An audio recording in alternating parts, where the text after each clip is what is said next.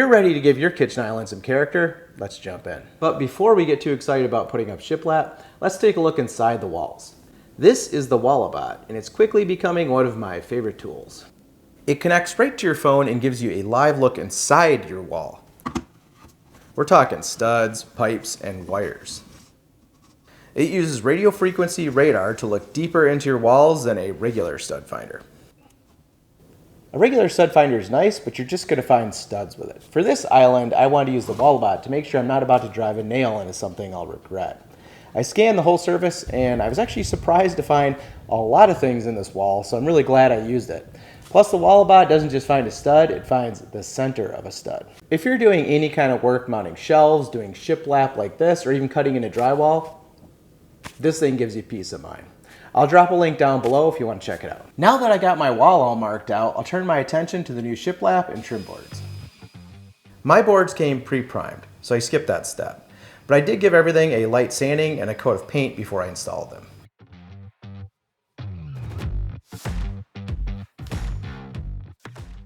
Once the paint is dry, you can acclimate the boards if you like by bringing them inside. If it's really hot or cold in your shop, this can reduce the chances of the board shrinking or growing after being installed. My shop temperature was close enough, so there was no need for that.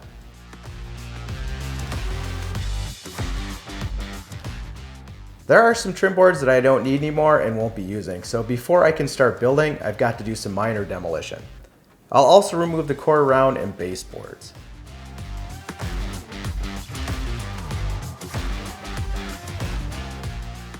I won't be reusing any of these, but I still like to remove them carefully in case I do want to reuse them again.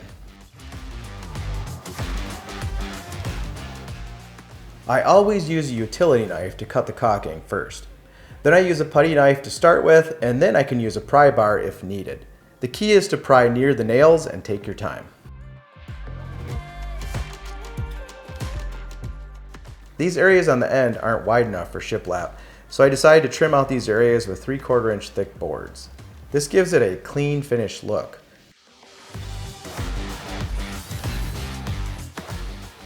I'm going to use my table saw to put beveled edges on these pieces so I don't see the edges once they're installed.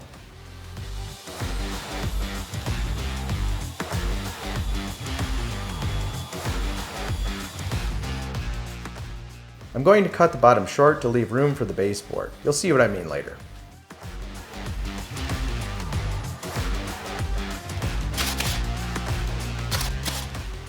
There is a little gap down here that I'm going to fill with a small piece of trim and wood glue. I could have cut this out with a jigsaw, but this seems like the easiest way to get a nice clean cut and the best fit possible. I think these end caps really added a lot to the final look. What do you guys think? Leave me a comment. And finally, it's time to install the shiplap. The shiplap has rabbet cuts in the edges that help set the gap, so spacing is easy. I'm starting at the top. Why?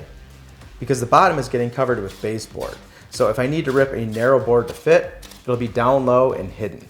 I'll cut all the boards to length on my miter saw. It's important to get a nice tight fit. I marked my studs so I could hit them consistently with 2-inch 18-gauge brad nails. You can use construction adhesive if you want. I'm only going to use it when absolutely necessary. That way I can take all this down later if I want to, without destroying the drywall too much. I don't know if you noticed, but I had a few nails mushroom. I thought there was something going on with my nail gun, but I was actually hitting protective plates that were protecting the wire or plumbing I found earlier. This is just a reminder not to skip those protective plates when you finish a room. If you have to work around an outlet or switch, you'll need to mark out the board, cut the hole, and install the board. Then you'll need to extend the outlet box for code compliance. Obviously, this wall doesn't have an outlet, so I can't show you that. I'm using my new Milwaukee 18-gauge electric brad nailer. This thing is so nice. I love that I don't have to hear a compressor running constantly. If you want to grab one, I put a link down below. I also added some support pieces down low where the baseboards will go, just to keep the bottom offset even all the way around. These support pieces are just scrap shiplap. These support beams and a lot of the trim around them are brown. I was going to paint all of them to match the new shiplap, but I ended up really liking the contrast, so I'm not going to do that. When doing projects, sometimes plans change.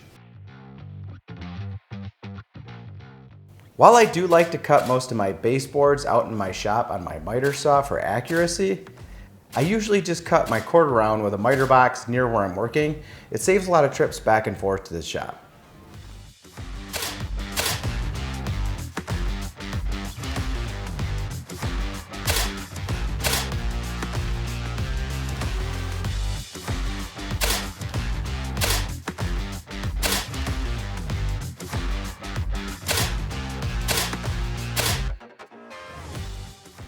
Now I'm going to fill all those nail holes and caulk the seams.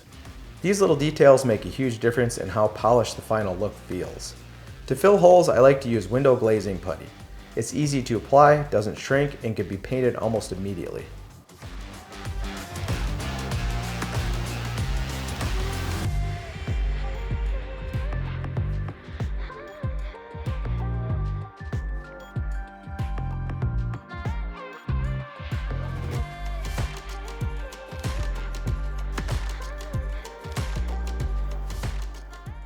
Now for the last step, paint touch-ups. I say touch-ups, but I'm pretty much just going to give everything another coat of paint.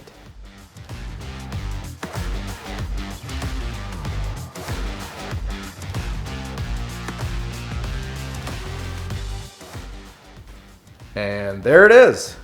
From plain to polished with a few boards, some trim, and a weekend's worth of work. Well, that's it for this project. If you found this video helpful, please hit that like button and don't forget to subscribe for more videos like this. Drop your questions or island makeover ideas in the comments below. I'd love to hear what you're working on. See ya.